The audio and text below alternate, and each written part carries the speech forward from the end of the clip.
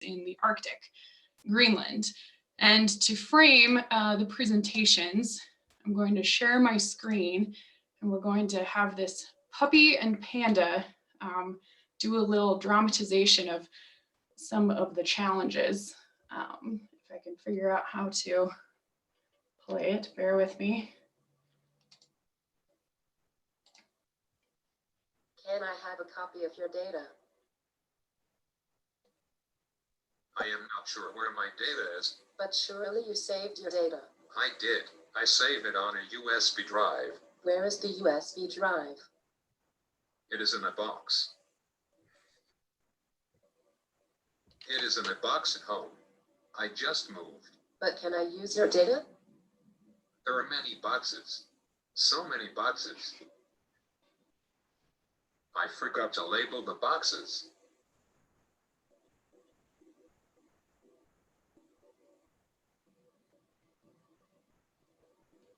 Hello again. Thank you for sending me a copy of your data on a USB drive. I received the envelope yesterday. You are welcome, but I will need that back when you are finished. That is my only copy. I did have a question. What is your question? You might find the answer in my article. No. I received the data, but when I opened it up, it was in hexadecimal. Yes, that is right.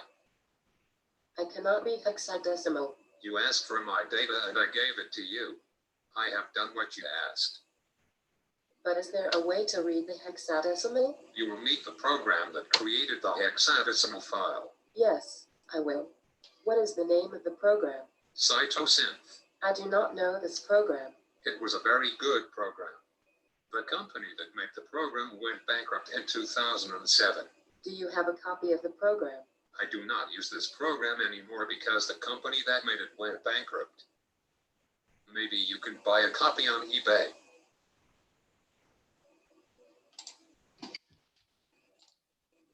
All right. So that explains the need for open data, and open data portals for Greenland research, hopefully, are increasing in number and breadth of available information. This meeting will include presentations by producers of 2 of these portals, Denmark's PROMICE repository and the NSF-funded QGreenland package, to share their current state and future plans so that IARPC participants and other researchers can identify and discuss opportunities for future interdisciplinary research in Greenland. So first, Twyla Moon from the National Snow and Ice Data Center will share insights gained from building QGreenland. Then Nanna Carlson from the Geological Survey of Denmark and Greenland will speak about the program for monitoring of the Greenland ice sheet. So many thanks in advance to both speakers for their time and willingness to present. Please hold your questions until the end when there will be time for interactive discussion, and feel free to use the chat function. And with that, I'll hand it over to Twyla.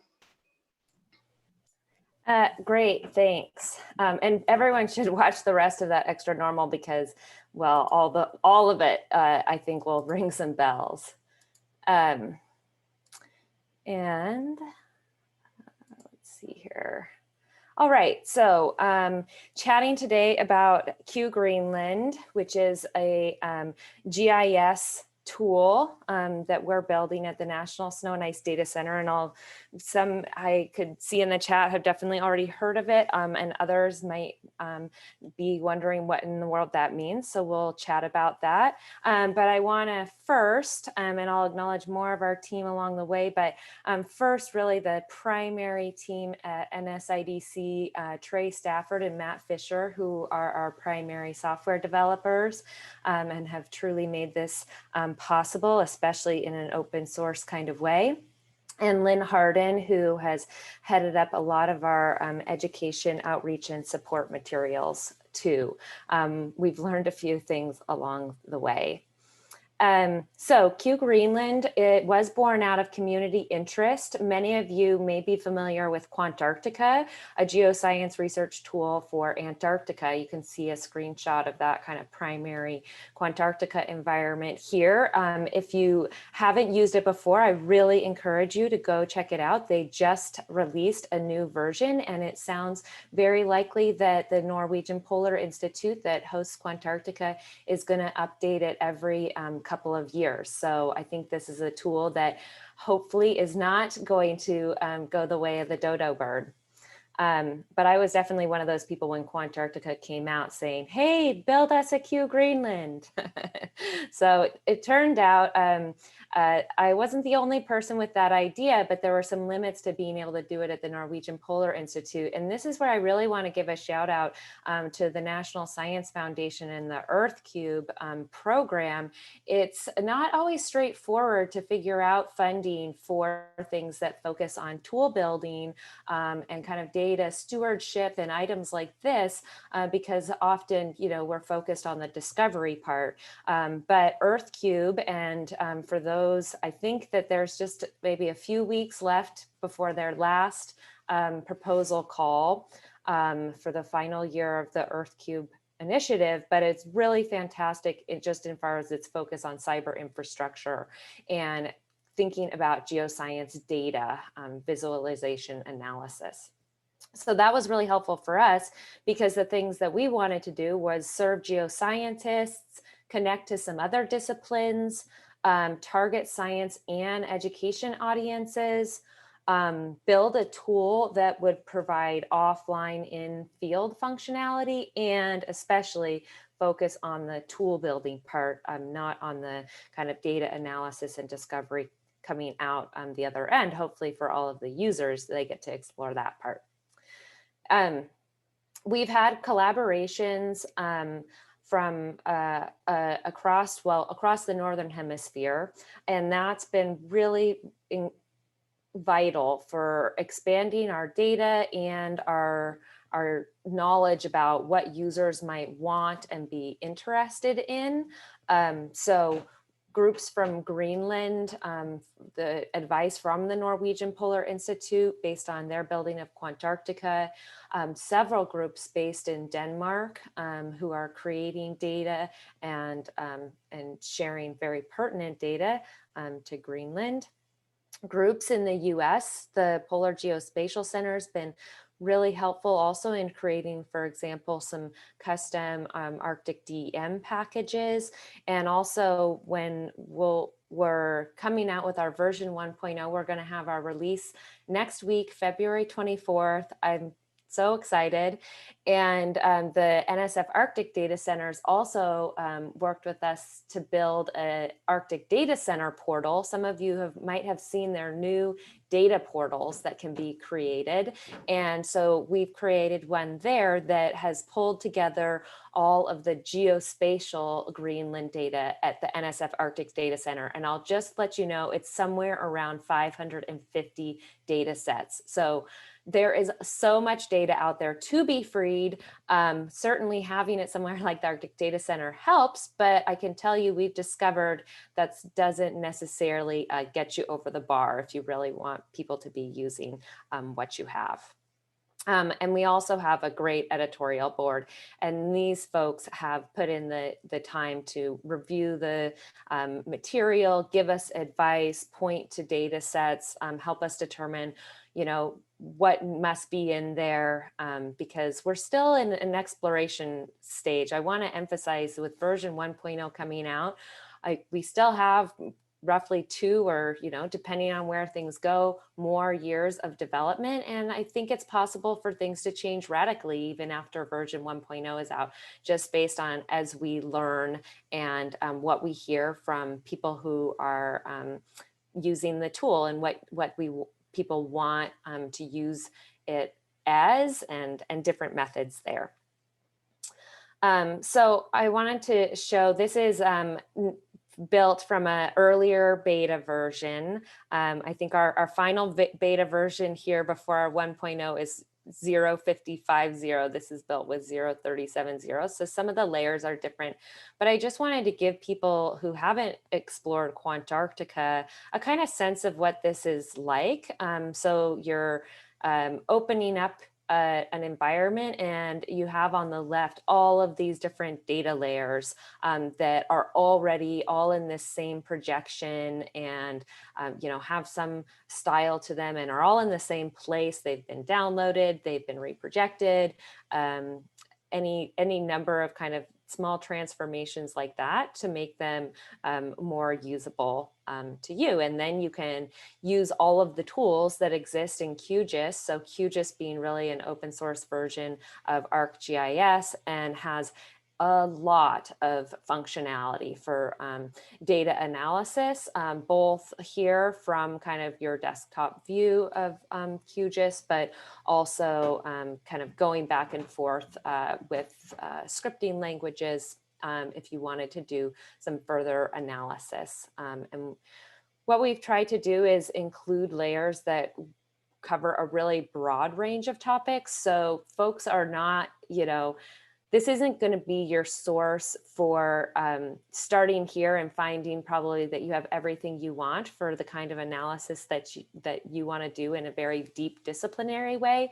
But the idea is to get people to start to realize some of these connections we have across disciplines, thinking about different areas, different processes, and having a kind of foundational geospatial environment for customizing yourself, taking to the field, and extending your analysis. And also fantastic for, I think, education, whether you're teaching about Greenland or GIS. So we've tried to do work for designing for local detail. So you can see there are some of these internet required data layers.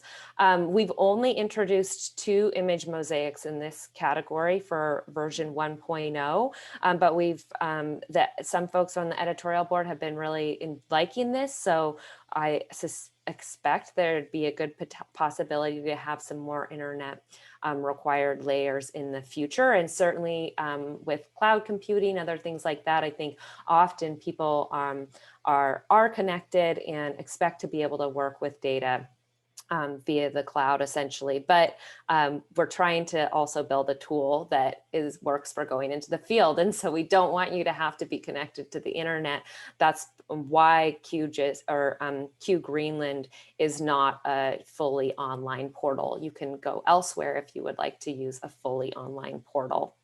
And then trying to bring it up to region-wide data. So here you have bathymetry data, information on ice column thickness changes, some visualization from the paper Andy Oshwanden and others put out projecting the future ice in Greenland, plate boundaries, things like this. So a quick kind of idea of how at least we are kind of the primary use case we had in mind, thinking about you are starting to ask questions about Greenland. So you're downloading QGIS and QGreenland, and at that point you're customizing it. Maybe you're removing some layers, you're adding your own data, kind of making it an environment that you want to use. You're using it to plan your field work, so you can look at roads and buildings and figure out places kind of in communities that you're traveling to, but also out on the ice or out on the terrestrial landscape. You get into Greenland, you're headed into the field or, you know, off on a boat, and you can take everything offline. So all of that data and your tools for analysis are all going to be there with you. And then as you progress your analysis, QGIS, you have all the open functionality of QGIS. That was often for me a frustration of kind of different online portals, was really being able to play with the data, as we like to do as scientists. And that's what we can do by using something along these lines. And then you're building your presentations, and you already have all of these kind of nice, you know, reference data layers or other ones if you were wanting to maybe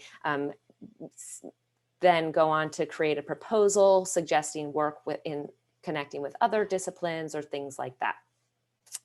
But we're really excited.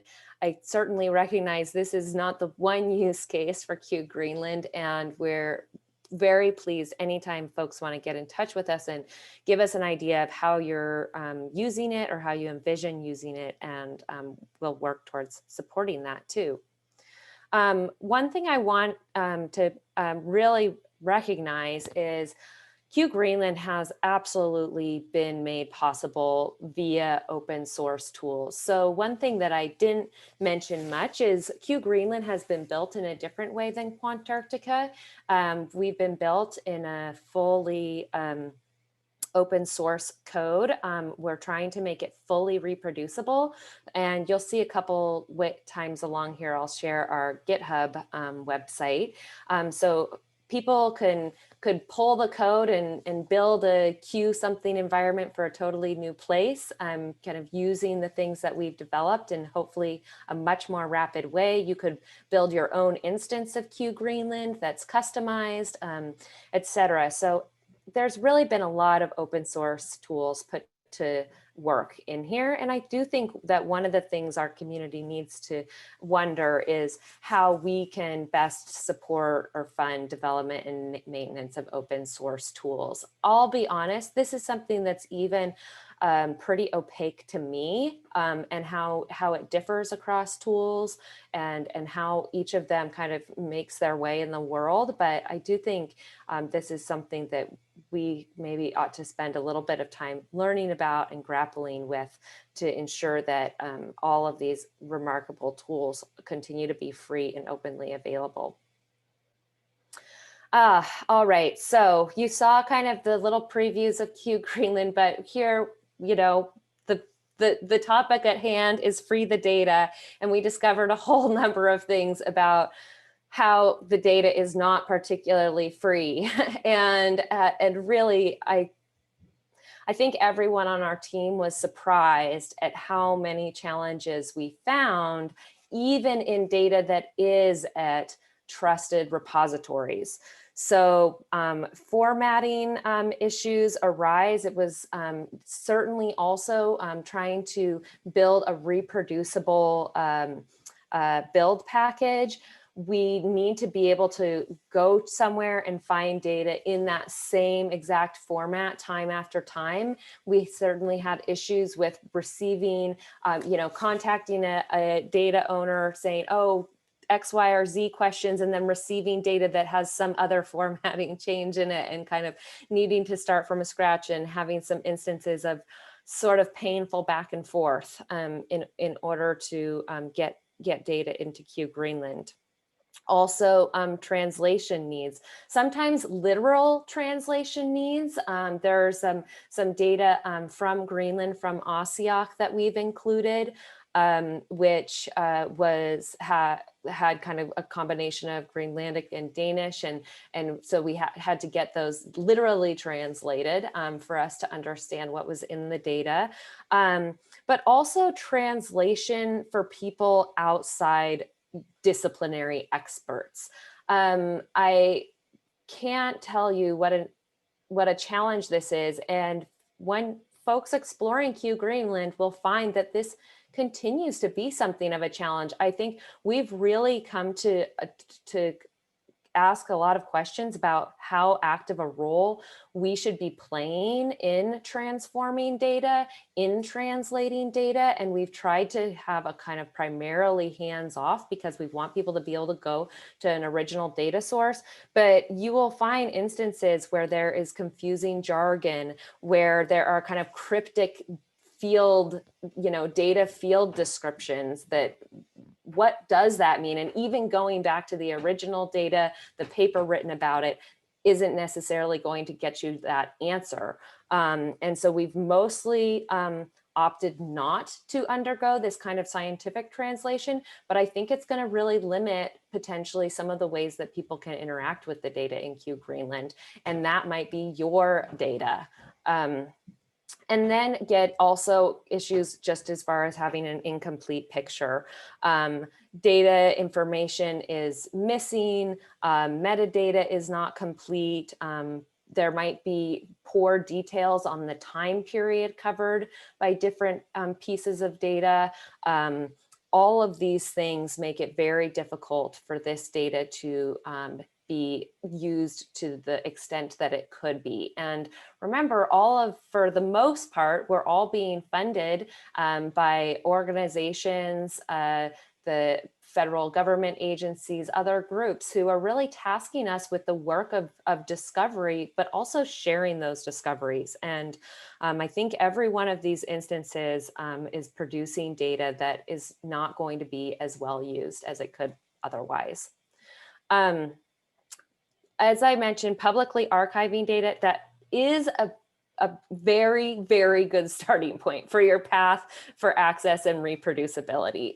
Usually that archive is going to require metadata. It's going to require you to at least do some of that lifting about describing your data. It's often going to be an option for creating really machine accessible data, which, as I can tell you, trying to create a reproducible package is a challenge. But as I also mentioned, simply getting your data into a trusted repository, we can't lean on these repositories to ensure that your data is fully described and understandable to non-scientists. We have to start to learn how to do this within our own workflows and within our own kind of community science creation. It can also be challenging to kind of translate across countries, organizations, and cultures. Public archive isn't used or appropriated or desired all of the time. Different countries have different policies, different funders have different policies. I know we set out with a goal of only including publicly archived data in trusted repositories, and we haven't maintained that actually, because we've had some data, for example, from Greenland that we felt like would really benefit users, but they are not looking towards putting it into a public repository. So this is difficult. Also, it can be an issue depending on the type of data, because we do have to be sensitive to different types of data are not appropriate for complete free and open access. And often we can run into issues with kind of that machine access as groups are trying to keep metrics and require registration or other things for data access. And some of that I think is perfectly acceptable and understandable, but something to be aware of when you put your data in a place. How are people going to be able to access it, and what are they going to discover there? So a few lessons learned. We really do need to collaborate internationally on data standards and expand our education. So science organizations, we need to be looking to internationally develop standards for creating national standards, publisher standards, funder standards. And I think the more that we can align standards across data types or data sets, the better off we're going to be.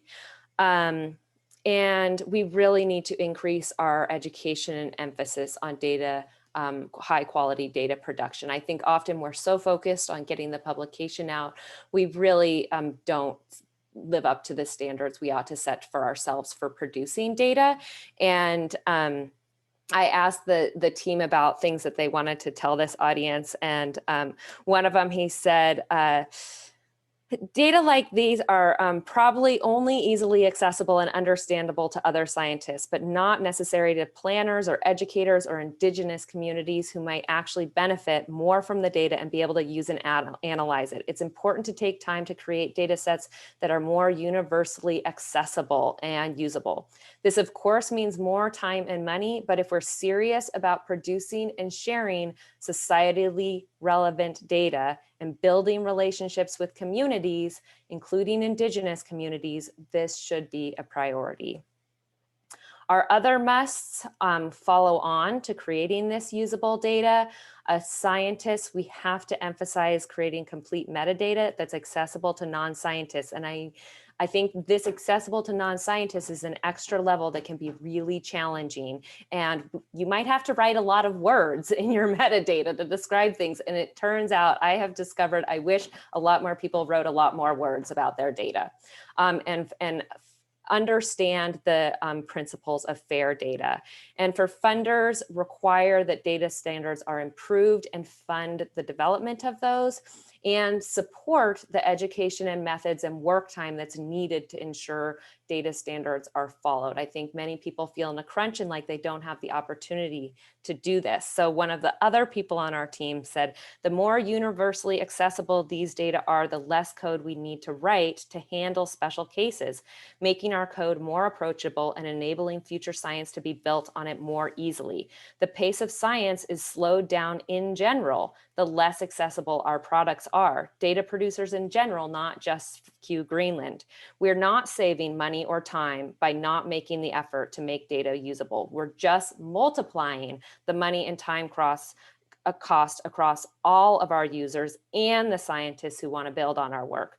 Often the time spent by the original PI fielding back and forth questions that we've had with QGreenland is greater than the cost it would have been for them to include more metadata in the first place. So up next, release on February 24th. There's many things that can be improved about QGreenland, and we don't have all the expertise. So when you open it up, you play with it, and you want to grumble to your neighbor or exclaim to someone about why doesn't it have this or that, please tell us those things. Don't just grumble to your neighbor. This is really stuff that we can act on. So we're going to have training workshops and education material to help.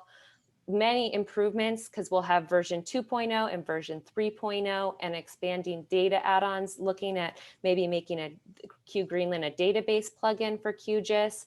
The community building part, that requires you to use it. Let us know how it's going, share with people, and we'll be thinking about our long-term sustainability and where QGreenland will live in the long term. So sign up for the newsletter. Please use QGreenland. Please be in touch with us. What do you love? What don't you love? What did we totally overlook? What's missing? All of those things, and share and use it. So you can find us both on the website. The website will also get an update with version 1.0 and GitHub, where we welcome pull requests too. Thanks.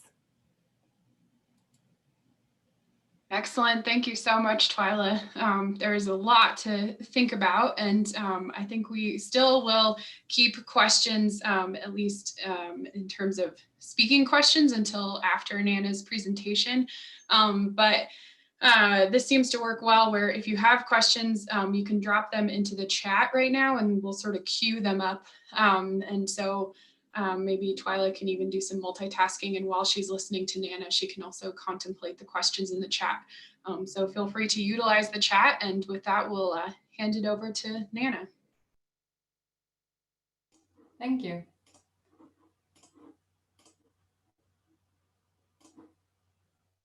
Yeah.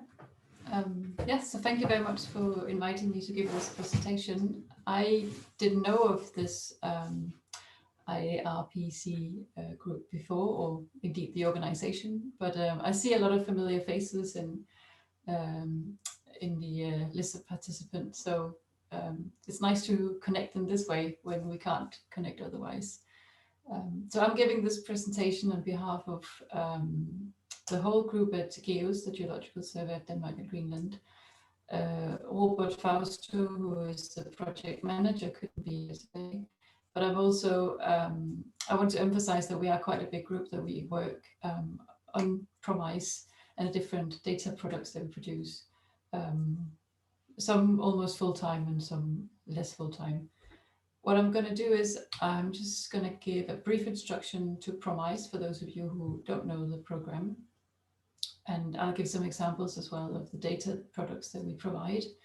And then I will outline sort of future directions where we think we're heading, both in terms of sort of new products, but also in terms of how we can distribute those products. Some of those future directions are very much immature ideas, and some of those future directions are are places where I think we're moving quite well forward. And finally, I want to say that I'm really excited about the QGreenland project, and I'm so happy that we can contribute from Geo's side.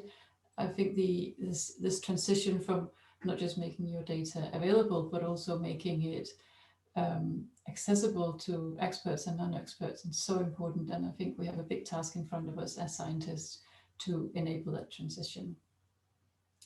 PROMICE is definitely not there yet, but we are working on it as well. And I'm really looking forward to your input and ideas, and maybe an exchange of experiences if you have gone through similar processes with other projects. So briefly, the PROMICE, the Program for Monitoring of the Greenland Ice Sheet, was launched in 2007. So it's quite an old project by now, and it's been building on, adding on different parts through the years. It's funded through the Ministry of Climate, Energy and Utilities.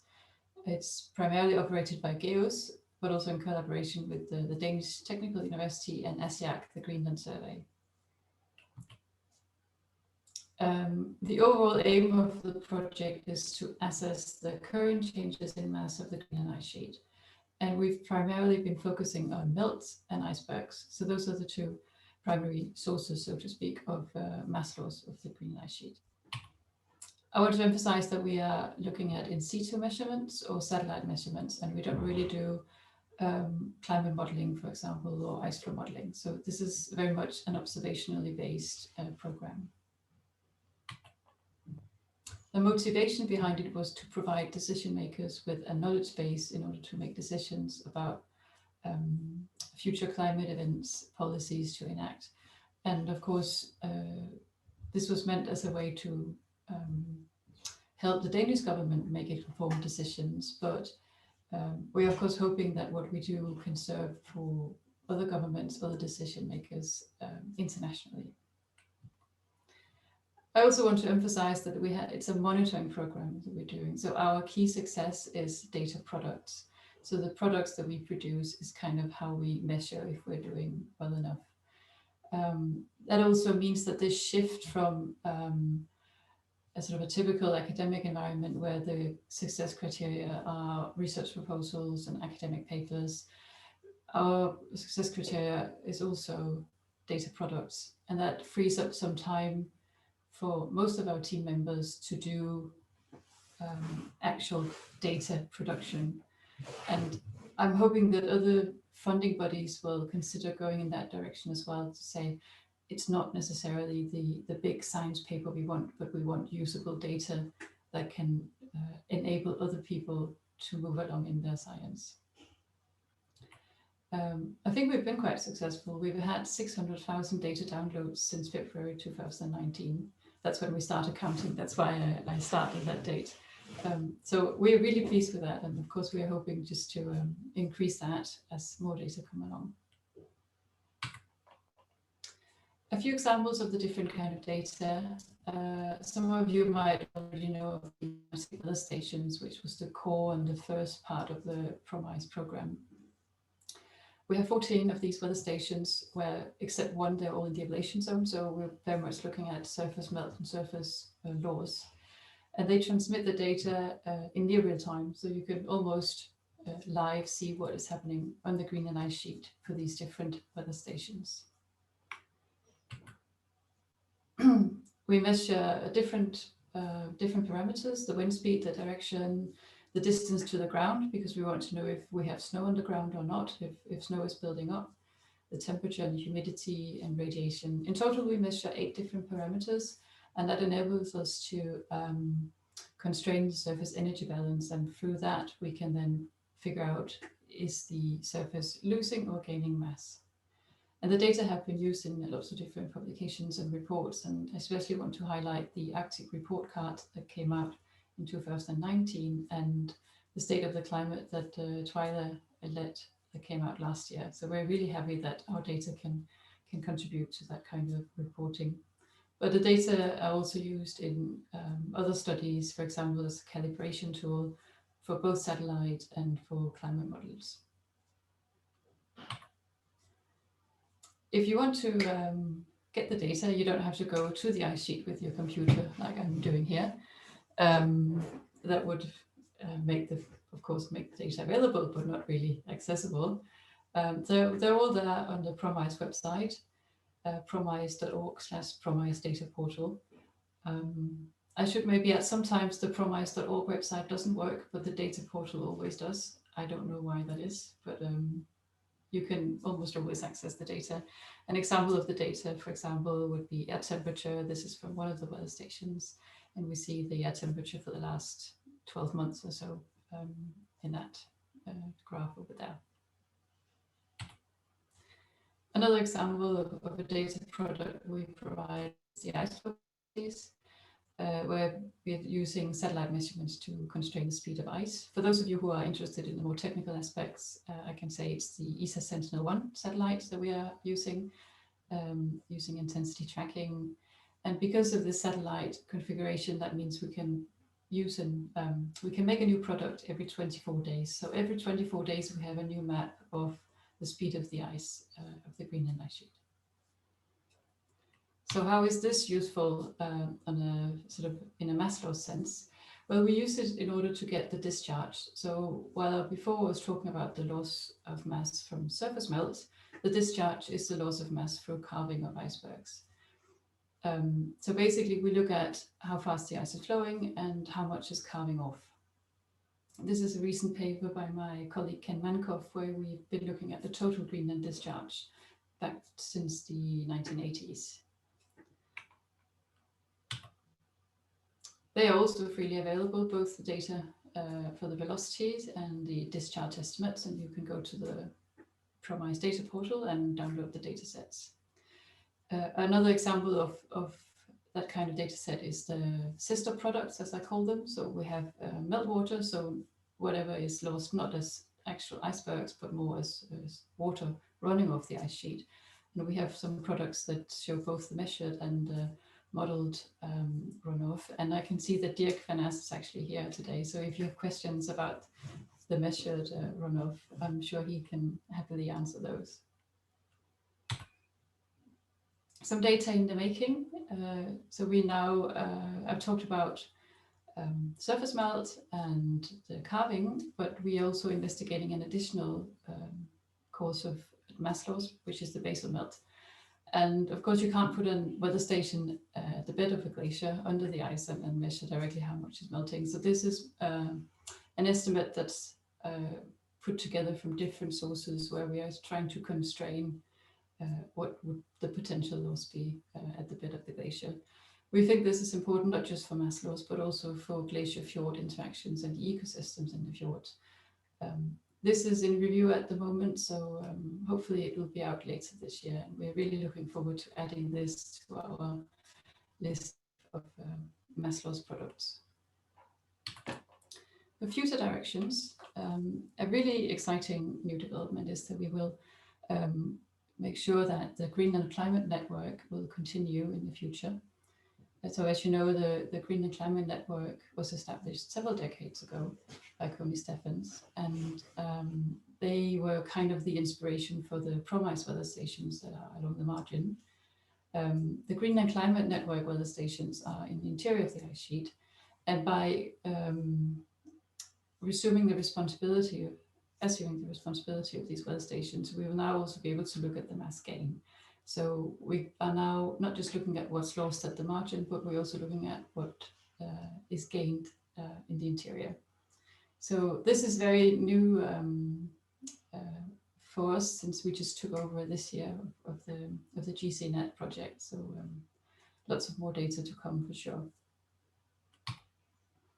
Another future direction, and I noted the Twyla said, I need more words about your data, which I think is a really nice way of putting it. So on top of this live data stream that we do through the website, we're always trying to do almost live data documentation. So we benefited from the Earth System Science Data Journal, where we, for example, have been putting out data description papers. This is the solid ice discharge. And you see that we are putting out a paper describing the data up until March 2020, and it was accepted in April 2020. So we can almost do live data documentation as well. And this journal allows for updating of your articles once every few years, I think. So we are able to continuously update and document the data sets. And I'm really happy with this development, and we'll continue trying to work with this kind of format in the future. Another direction, which is much more immature from our side, but something I would hope to discuss with some of you, is to use GitHub and GitLab to document the data.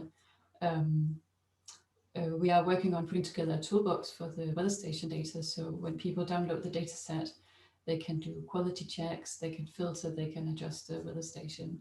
And I think it's about that level of filtering you do before you put the data out is almost a philosophical approach. You can take the extreme end and say, okay, like the film we just watched before, I have sent you the data, I have done what you asked, which is the equivalent of just putting the data on the website and say, it's there, I've done what you asked. Or you can go in the extreme opposite and just filter it really aggressively and give people the final filtered product. But then you have made some choices for the data users that might not have been what they wanted in the end, or maybe you are somehow masking out things that turn out to be important. So going the other way and then providing a toolbox and enabling people to make those choices themselves, we are hopefully making it more accessible, at least to scientists, although I agree that for non-specialists, this is probably not the way to go about it. But I'm really interested in more discussions at this point, so I hope we can have an exchange of ideas and thoughts on this afterwards. We're also looking into GitLab, which is similar to GitHub. Especially we want to look into reporting data issues, because with the volume of data that we put out on the website, there can easily be some data issues that we just haven't discovered yet. And to make these issues easy to be reported on, GitLab could be one of the options that people can just very easily flag an issue and we can go and look at it. An issue, for example, could be that we have noted down the orientation incorrectly of the weather station. So the wind direction is 180 degrees off, for example. So, and that's something we can see all of a sudden, this weather station, the wind is coming from a different direction. But there could be other issues as well that are not as easily detectable. Finally, we are working with a small outreach channel that we've had for a number of years called the Polar Portal. It's in Danish and English, with also some seasonal reports in Greenlandic, where we present our findings and show more accessible animations, maps of different processes that we are looking at. And I think a lot of what we have done for the Polar Portal could feed into some of the QGreenland data sets as well down the line. One thing that's very immature stage at the moment is our idea to explore more options for working more directly with the Greenlandic communities, both in terms of figuring out what kind of information do they need from us, but also what knowledge do the local communities hold that we can benefit from. And that's a long way to go yet to find out how to go about this. And that's another thing I would be really interested in exploring with you. And that's it. Thank you very much.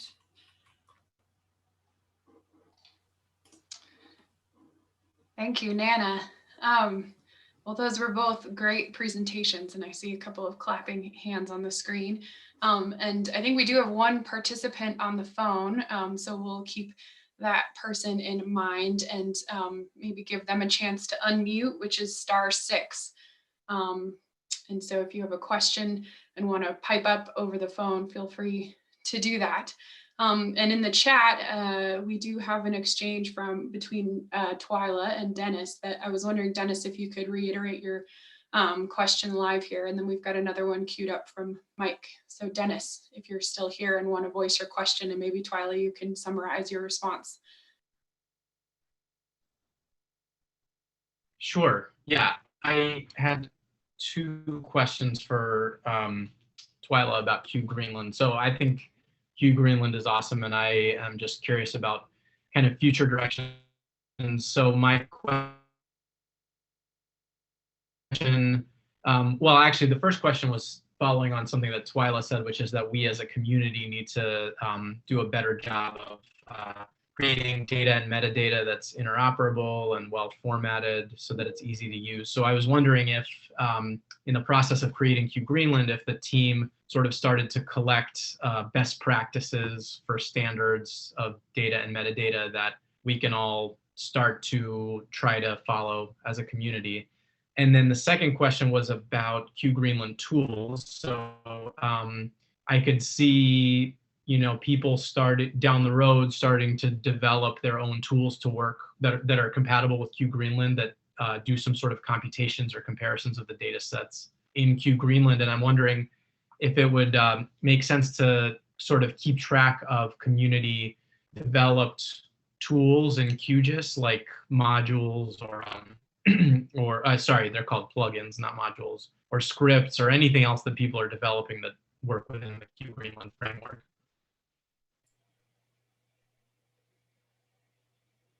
Yeah, thanks, Dennis. And Mike McBaron also commented on kind of Dennis's first point about standards for data and metadata. And I told Dennis here in the chat that we have ideas for data, metadata, kind of standards, you know, guidelines.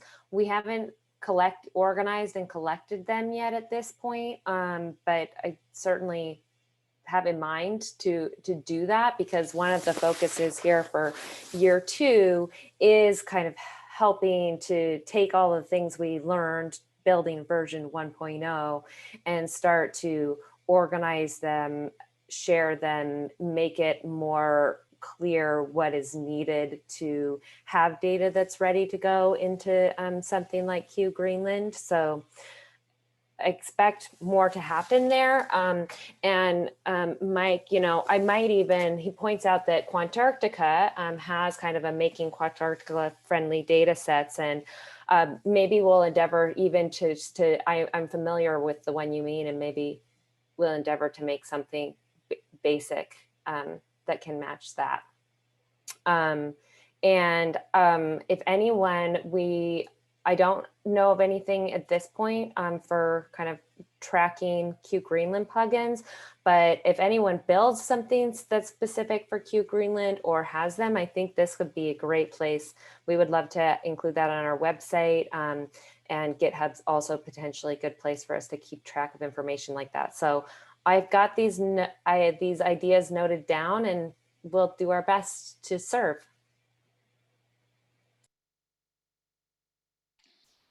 Great, thank you, Twyla. Any other questions? I have plenty of thoughts and experiences from the USGS side to share on how you know, incentives vary, and like Nana said, success criteria across our different institutions and appointments, but it's certainly something that we actively grapple with, this balance between meeting sort of data documentation, data management, data publication requirements with the equally important sort of discovery realm that Twyla described. So we, for example, are doing a sort of self-imposed intra-group series of Fair February Hack Week. So we're moving towards findable, accessible, interoperable, reusable science. I mean, we have a mandate to do that pretty directly because we're on the federal side, but we've been realizing that it doesn't happen spontaneously. So we've sort of adopted this February approach of Wednesday webinars for 1 hour. We carved out every Wednesday in February, and then Friday debriefs to start to realize this tech that one of our team members, Chris McNeil, has built on our shared GitLab. And some of us are based in Montana and some are in Alaska. And so that technology to share in real time has been really critical for making all of that scripting kind of usable. So that's what we just have forced ourselves to do it. But it's not easy, and it is an extra burden, and it's tricky to balance. So we have a question from Fabian in the chat for Nana. Fabian, do you want to unmute? I'm so sorry. It's one of those typical. It's not a question but a comment, but it's well meant in this case. Yeah, go for it. I just wrote everything down. I just thanks Nana and hi. I just wrote down that handling metadata via GitHub, I think it's a great idea, and we have done this as much smaller scale in our department. So because of this possibility to write what they call static websites, where the content is in some kind of text file, in an easily parsable text file, and then there is some program, it doesn't matter which converts this text file into a web page. This is how we managed to get our scientists to actually write the contents, the metadata about the station in some text file that then can be converted in some nicely user-facing interface. Maybe you have done this already, I'm not sure, but this is just how we did it in Innsbruck. And then for user feedback, I found that GitHub or GitLab is also very useful because of this possibility to have issues online, and then you can use this as an issue tracker and just say, okay, this issue has been solved, or this issue is still open, basically, as something we have to solve on the data. So yeah, that's all I had to say, and the links are shared in the chat. Thank you, Fabian. Nice to see you. Yes, nice to see you too. It's nice to hear that you have good experiences with this and different ways of approaching it, because at least in our organization, there is also this added complexity of interacting with the IT department, who have their own standards and own ways of working that are not always, how can I put it politely, that's not always so easy for us to navigate in terms of we want from our data. I completely understand. Yeah, I mean, I think this is similar for all the departments. In our case, it was a good compromise that we found, because the IT then is just in charge of getting the things online, if you want, and they're not in charge of the content, which was what we wanted to achieve. Yeah. But this is much smaller scale. I mean, you are dealing with a different. Yeah, you are dealing with more problems, I believe. Well, thank you. I might be in touch later on with more questions. Yeah, of course. Thanks. I see that Bob has his hand raised. So Bob, if you want to ask a question, go for it.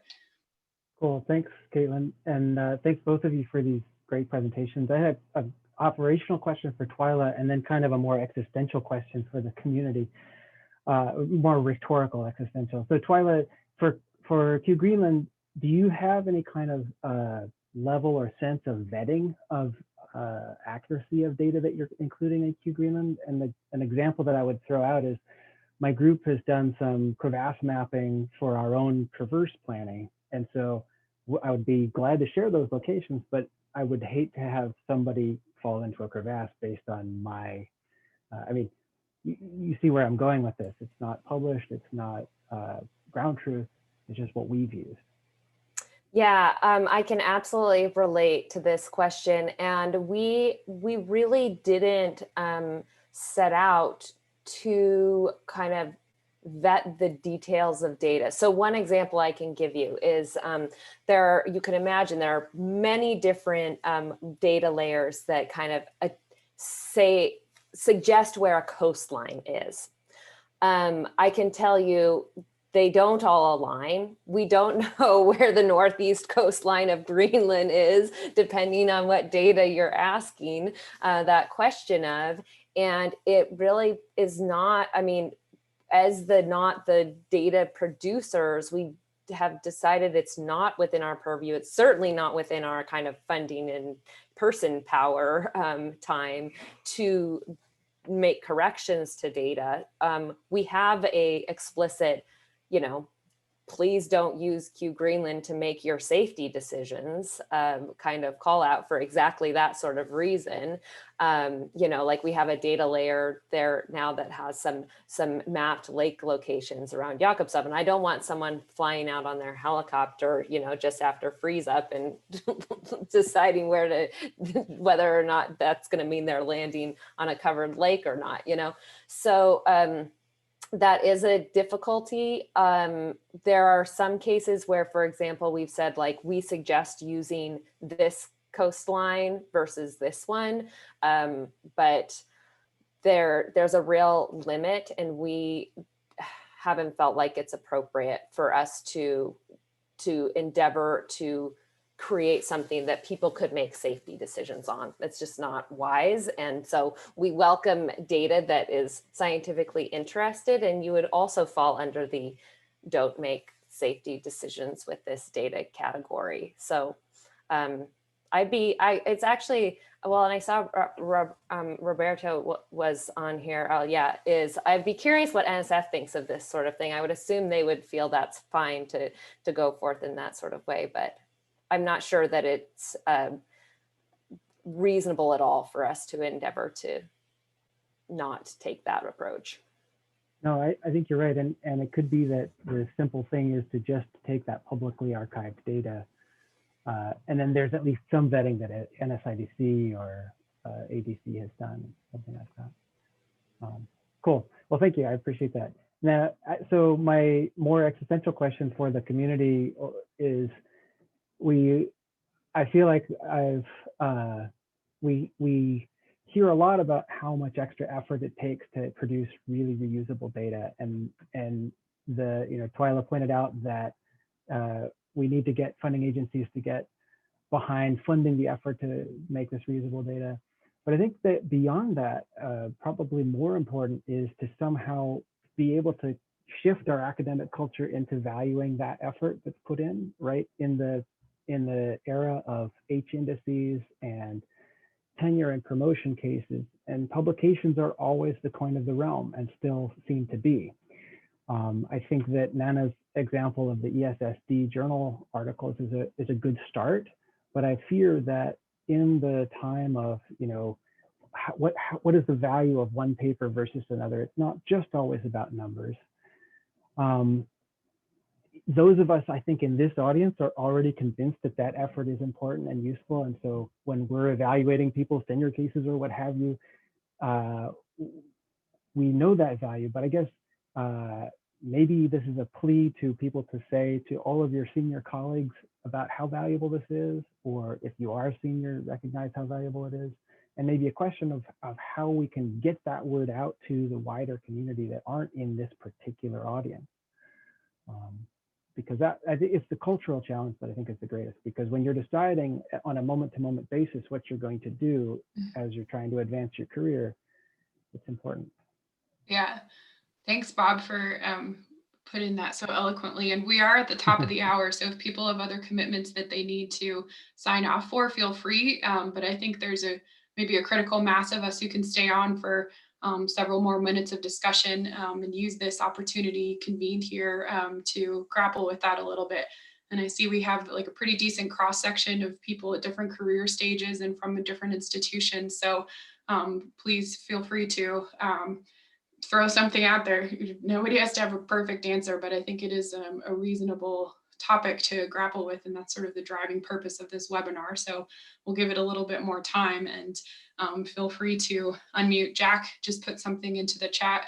Jack, you can unmute yourself and verbalize that if you would like to. Well, I was just commenting to Bob's point that historically, or maybe he feels like it's getting worse, that data sets are not valued. But certainly in the wider community, they are starting to be recognized as important as publications. And there now are ways to get credit for creating and sharing data sets. And a small part is registering DOIs to data sets. And in most of those, you also need to have the pretty decent metadata. I don't know if Twyla or Nana has any experience or comments about that.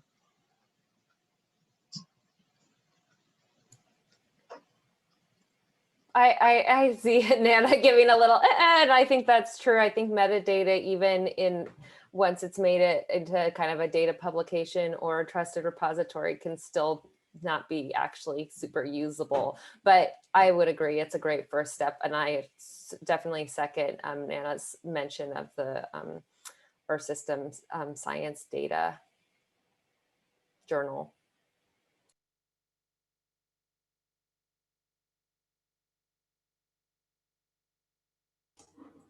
So it's getting late here in Europe, so I think I'm gonna leave the meeting now. So I just want to say thank you so much for inviting me, and I'm putting my email in the chat. So if anyone would like to be in touch about things or have questions, yeah, feel free to email me. And thank you very much, and thanks for a really nice presentation as well, Twyla.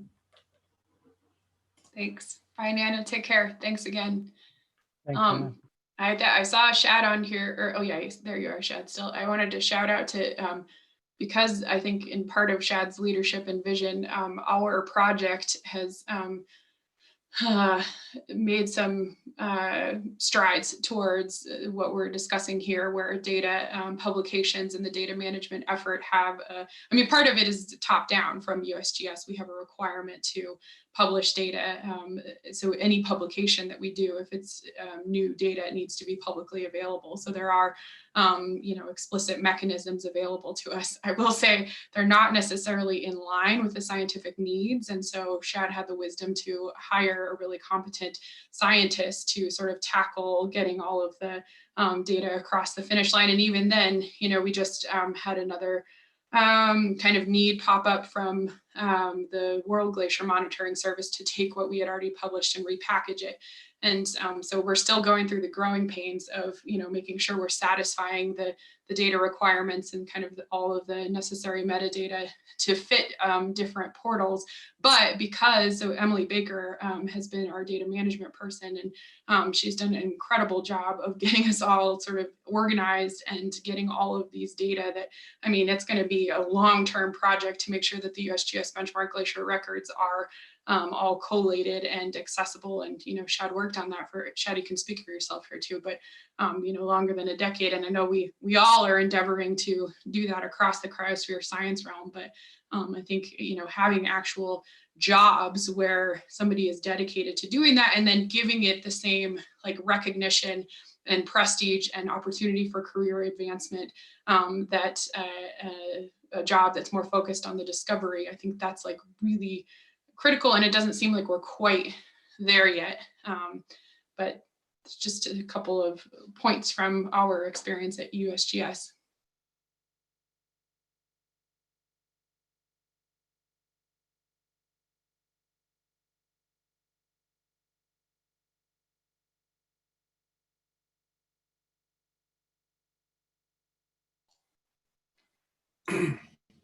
I'm being shy this morning, Caitlin, but thanks for the plug, and I'm glad that the USGS data management efforts have worked out, and I do think there is increased recognition in the community, and especially with the early career researchers, I think this is more valued, and so time should help to mature these systems.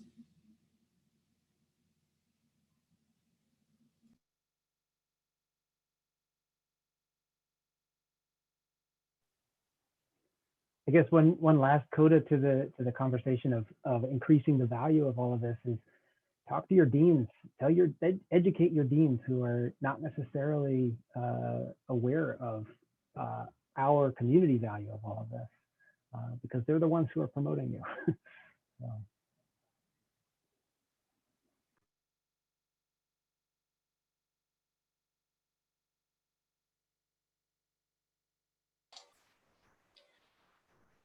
Anyone else want to speak? Feeling shy? Michaela, Laura, Andy, anybody? Maybe it makes you feel less shy now that I've said your name.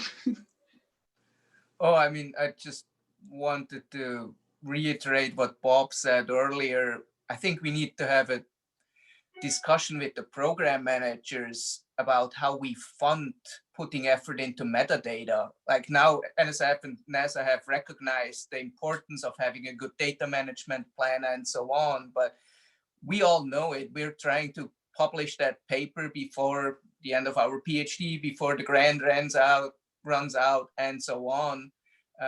We probably get like a couple minutes to put the data together and upload it because it's required, but there is no funding and no time to actually sit down and do the metadata. And to do that right, you almost need to hire a programmer or allocate a lot of time where you don't do science. and again, that feeds into what Bob said. Like we're not doing science, and we're judged by that by our deans and directors and stuff like this. So I think this requires a larger community effort to up the value of proper metadata.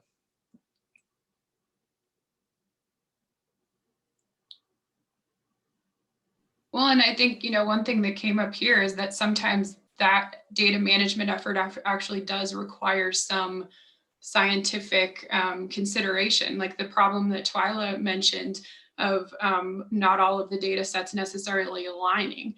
And how do you come up with a decision scheme for reporting out the precision and reporting out? A lot of times that takes a consideration of what is the scientific application and what kind of accuracy is required of whatever problem we expect the research community to tackle. What is appropriate for a precision level? And obviously there's a big difference between logistics planning where people's lives are on the line for a data set versus, I thought of this a lot during my PhD. If I were working for NASA and needed to land a spacecraft on the surface of a planet, that elevation precision requirement is pretty different than thinking about glacier change across several decades, and tens of meters. So that sort of scientific consideration, and that's why I think it works really well to have scientists sitting in those data management positions. But even the way that the discovery is fun, right? And satisfying. And actually my brother is an engineer, and he was just talking about how for the first time in his young career, he's gotten to do some iteration and some, kind of have this experience the buzz of, oh, I made some changes and I learned something. And then I saw how it improved the procedure. That sort of thing happens on the micro level in engineering, but it happens for us as research scientists when you're in that discovery realm. And that's kind of where I think a lot of the, but I think maybe we can think of it as that doesn't have to be as separate from the data management as maybe we currently conceive it. And one more point, so I was on the webinar last night for the American Avalanche Society, and there was a book author who talked about the death of expertise. And he somehow brought up that in science, there is always strong consensus, and in science there is strong consensus, and because it's a scientific fact, and this was his perception. And I thought immediately of exactly the problem we've described here. Like the International Association of Cryospheric Sciences, it has as an objective to come up with a consensus estimate for mass loss of glaciers on our planet, for example. Like we all know that these things are not as cut and dry as ideally they would be, and that requires some scientific work to come up with the correct decision scheme. And so all of these things intersect data availability. And it's really, I think, important to spend an hour here, 9 to 10:15 Mountain Time on a Thursday, kind of grappling with it in real time. But yeah, we got to get, this is why this IARPC space, I think, is so valuable, because we have we're not just having these echo chambers of everybody who has the same 40-hour-a-week kind of function.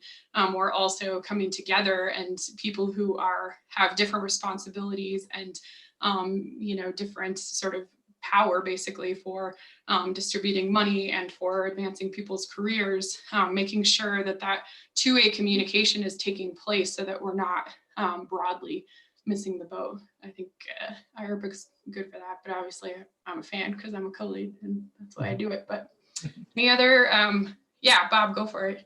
Well, just one last thought on this whole valuing the data. Again, it came from when Andy was talking about not doing science because you're dealing with your data. And maybe we need to be thinking about the fact that it's certainly accepted that it isn't good science if you can't communicate it, right? If you don't write the paper, it's not really good science. If you do the experiment but don't do anything. And I teach that in my introductory classes in science, like, okay, this is what science is, you have to communicate. And I think that maybe shifting that into, it's also not good science if you don't have well-documented and archived data that can cause it to be fully reproducible. And it's just culture takes a very long time to change, is all. I often remember a presentation I it was, I can't remember who the guest was. It was a guest talk at NSIDC. So they're talking to a bunch of data folks, but they were talking about the like value of data, and one of the biggest drops in data value is when the PI who created it passes away. I mean, it's like a cliff, and it's because we've created this system in which you can't understand and use the data without having a person to interact with and ask those questions of, and we have to get past that because none of us are immortal.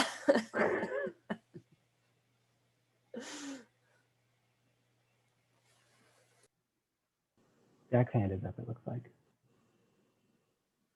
Right, I just wanted to respond to Bob again, right? And not that I disagree with him, but I'm not sure that it takes that long for culture to change. And maybe that's just because I'm getting really old, but I think I've seen an amazing shift in the culture of European scientists, and that they are very aggressively trying to, deal with the fair data sharing and accessibility and everything. And when I started, it was very frustrating to work with Europeans because they definitely wanted to keep the data to themselves for X amount of time.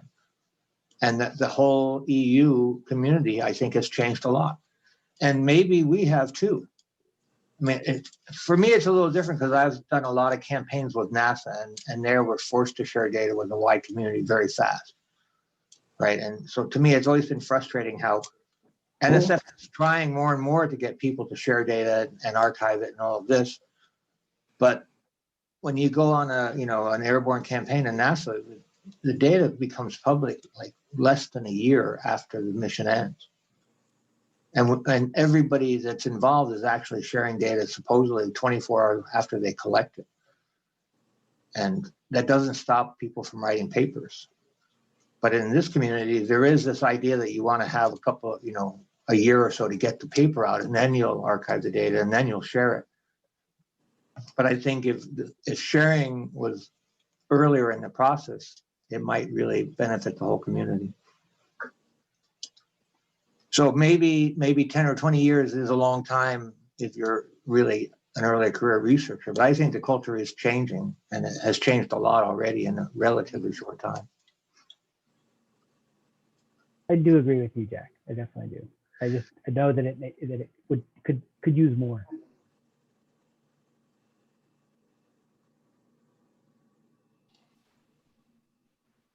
Michaela, I see you turned your video on. Would you like to say something? Yeah, I was just wondering has there been like studies done where this is the time taken to have good metadata and put your data online? Like, how has it been quantified so that when there's discussions of going to deans, et cetera, with trying to show, I've put a lot of my efforts into making my data accessible. Are there numbers to back this up? Like 50% of time spent on writing a paper, or just something to kind of have some tangible, quantified hours worked to kind of really push that theme home. I know it's hard to completely disentangle the two, but something like that would be helpful to make that case. Yeah, it's probably hard, as you say, to disentangle that, because at some point it's almost part of my regular workflow. I put stuff on GitHub anyway, and maybe for NSF I have to add a bit more metadata. So it's not trivial, but at least in our department, we rewrote requirements for tenure and advancement and stuff a couple of years ago, and there has been put a lot of effort in it to like add language to support activities that are not just I wrote a paper. So I think in some departments that there can be cultural change. And I've also been asked like why I'm using dataset A and not B, because dataset B is better. I said, well, I don't like the data sharing policy of dataset B. I have to contact the author. They asked me to be like add 2 more co-authors on my own paper just because I use their data set. It's like, nope, I'm not going to use that data, even though it may be technically better. And I think to some degree that's still a risk in your own publications, but soon it will change. I hope. To Michaela's question, I wonder if, asking the folks at NSIDC, at the Arctic Data Center, at maybe some of the other NASA DACs too, I'd be curious what their estimates are for kind of like how much back and forth time they have with data creators in order to, finalize, push it into kind of trusted repository land. That I haven't heard of anyone evaluating that otherwise, but I think you have a really good point that maybe quantifying it would help people realize the need and also move away. I certainly sometimes hear people complain about, and then this time in order to get into this repository, grumble. And maybe if we kind of had a community recognition that it does take time and effort, people would build it in, like Andy says, into his workflow. So there's not as much opportunity to grumble in that case. And Andy, I could really relate to your comment about questions about what to include. We've really struggled with this with QGreenland, and that the kind of desire to have just be serving things that are publicly accessible in a trusted repository, especially when trying to serve data about, Greenland, where the agencies in Greenland don't have put a lot of value on having a public trusted repository kind of way that they are creating and sharing data. And so we haven't stuck with that aspiration because of that. And that's a real challenge. Mike made a really good point in the chat, and Mike, if you want to verbalize that, feel free, but this sort of early career frustration, I think it hits a nerve. That's why all of us have lingered, right? Like there are a lot of very real challenges here. And I think about this, I think about this issue a lot, but go ahead, Mike. I mean, I guess I laid it out in the chat there, but it's really just, there's a bit of a disconnect between the words of like, oh yeah, the community's totally changing, we value data sets, but like, if you don't have, a lot of times you got to make choices with your time. Like right now I'm, split between 3 different projects for my funding, and I got to get pubs out on every single one of those projects. And I have to make choices about like how good and how well vetted and how well documented is this data set versus how quickly do I get this next pub out. And time and again, if I don't have the number of publications on my CV, it is tossed aside. If somebody else has 30% more pubs, they are seen as a superior researcher, period. And so it basically, the people who float to the top and are able to stay in this field are the ones who get the pubs out. And I see it's really frustrating to have, like, if you put a bunch of time into a data set, to see another data set get published and you look at it and you're like, oh my God, this is horrible. Like the uncertainties, I think it just made numbers up. Like it doesn't even, they don't even document what this means. Like, it just says, oh, here's the uncertainties plus or minus X. And you're like, is that a standard deviation? Is it a 95%? What's that even mean? And it doesn't even say. But these are like hugely cited data sets.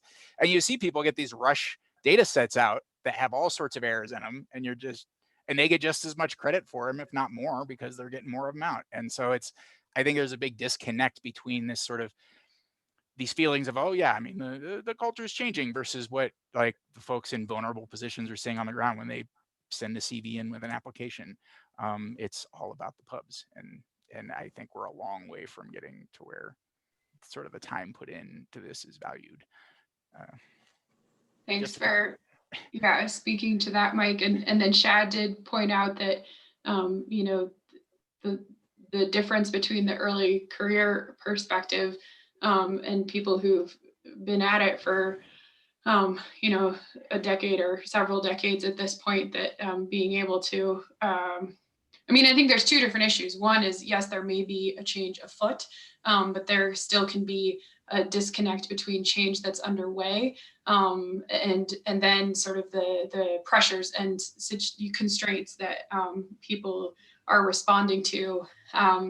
And I don't want to get like too far afield, but I think a lot about how as a community, we sort of have this like issue of scarcity. I am really, really grateful for the opportunity of employment that I have right now. But during my PhD, there for sure were long periods of time where I was not convinced that I would be able to continue as a scientist, period. Not just practicing in the field, but a scientist at all. And so I should be able to be done that, there is an importance of kind of conveying the disconnect between the chatter that happens and sort of the recognition of needs at very high levels that have the potential to then influence the scope of opportunities for people to actually sit down and have a job to address those problems for 40 hours a week.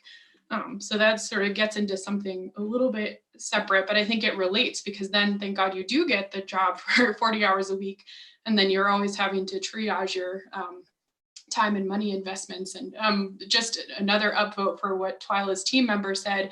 I think a powerful perspective to share if you have a sit down with the dean or whoever is this concept of upfront investment to save time and money on the long term, and that there actually is sort of a high, reward, and the dividend on that initial investment can be quite high. I'd just say Mike's going to be mid-career before he knows it, and he'll be looking back and seeing the change from like where I'm sitting right now. I mean, when I was early career, GitHub didn't exist. People weren't sharing data like they are today. The data archives were, like a library with dust accumulating on everything. And now there's a more centralized process for this. I think there is a growing community. The problem isn't really with the community, but it's getting people who are evaluating proposals to reject proposals that don't have realistic data management components of them, that don't allocate resources to do these things. It's working with our program managers to emphasize these processes that take time to retool but pay off in the long run. So Mike, get involved in it as much as you can. Put data management at the forefront of your proposals, and fight hard for it. Right, and another angle where I think the change is starting, and maybe it's not coming fast enough, but more and more journals are starting to make a lot of noise about data accessibility and archiving before they'll publish the paper. And if we get the influential journals to really push on that, then you're not going to be seeing people with a whole lot of publications of high H indexes. They're not doing a good job with data sharing. So my point, this is Jack again, is just that things are moving in this direction, and I think it's a really good sign. Of course, at the same time, there's more and more journals coming out that you've never heard of. So if people want to just get lots of publications, you can keep hunting until you find one that will publish anything.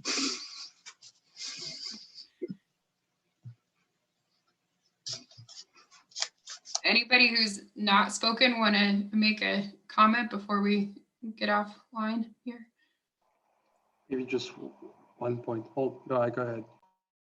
Oh, I was just going to say, like, since I do modeling, this has been very interesting to hear the data side of the issues that you guys are all coming up with. And I just find it interesting, just the comparison, because now when I start to publish a paper, they ask for model availability or the data availability for the model. And that's something that now our group is starting to rethink and visit, is how are we best to describe our model data and do this shift as well. So different world, but same problem. So I just thought that was interesting. Yeah, good point, Laura. And I think code sharing maybe gets into that as well, the same conversation to make something truly reusable. And that's definitely a new ball of wax that I think again, technology like Git helps with that, but it's definitely a different bar. Adrian. Yeah, it was more on the metadata side, where I've actually the feeling that sometimes it's kind of blurry for some people. What are metadata? What should they put? What should they use? And I think that's where conventions are really helpful and useful, because if you just tell them, well, you have actually, I don't know, maybe 10 fields where you just have to say that, and that, then they would actually do it. But just because they actually don't know how to present it and what words to use, then there's just no metadata. And there's just, maybe I can put a link. There's a convention that we used in Geos for for the Arctic Data Center, actually, where we put some data from Sentinel-3 retrievals for albedo, and we had to go through. There are actually quite a lot of fields, but I mean, they just tell you what you need to write, and then that's it. Takes maybe a few hours, and then you just have a precise metadata. So yeah, that was my point. Yeah, it's like probably there are a lot of people, like a high percentage, who would execute if we had these conventions that were known, and that execution is definitely different than the development mode. So I think that's the thing to grapple with, is coming up with the funding framework for it. But QGreenland is a great, step in that direction. And like Twyla's presentation showed, there's a lot to be learned about, like, what are the hard walls, what are the soft walls, what are walls that we want to reconfigure. So we are at the 90-minute mark. So I think I'll sum this up for today. Thank you all for being here and for the discussion. It's just really appreciated for you all to take the time to come and listen and contribute your perspectives. And we actually do have another Glaciers and Sea Level Collaboration Team meeting coming up in February. It's going to be joint with the Atmosphere Collaboration Team that's about interpreting ice cores. And so we have a suite of 3 speakers for that. And actually, if you bear with me, well, you can look at the IARPC website for the details on that. So if you're interested, otherwise, thanks again, and be well. We'll catch you up on the next side. Keep up the good work too. Just keep showing up and trying to advance our understanding of how the cryosphere works. We're gonna do it. Thanks for facilitating, Caitlin. Yeah, take Thanks, care. everybody. Bye-bye. Thank you. Bye, everybody. Thank you. Bye. Bye. Bye.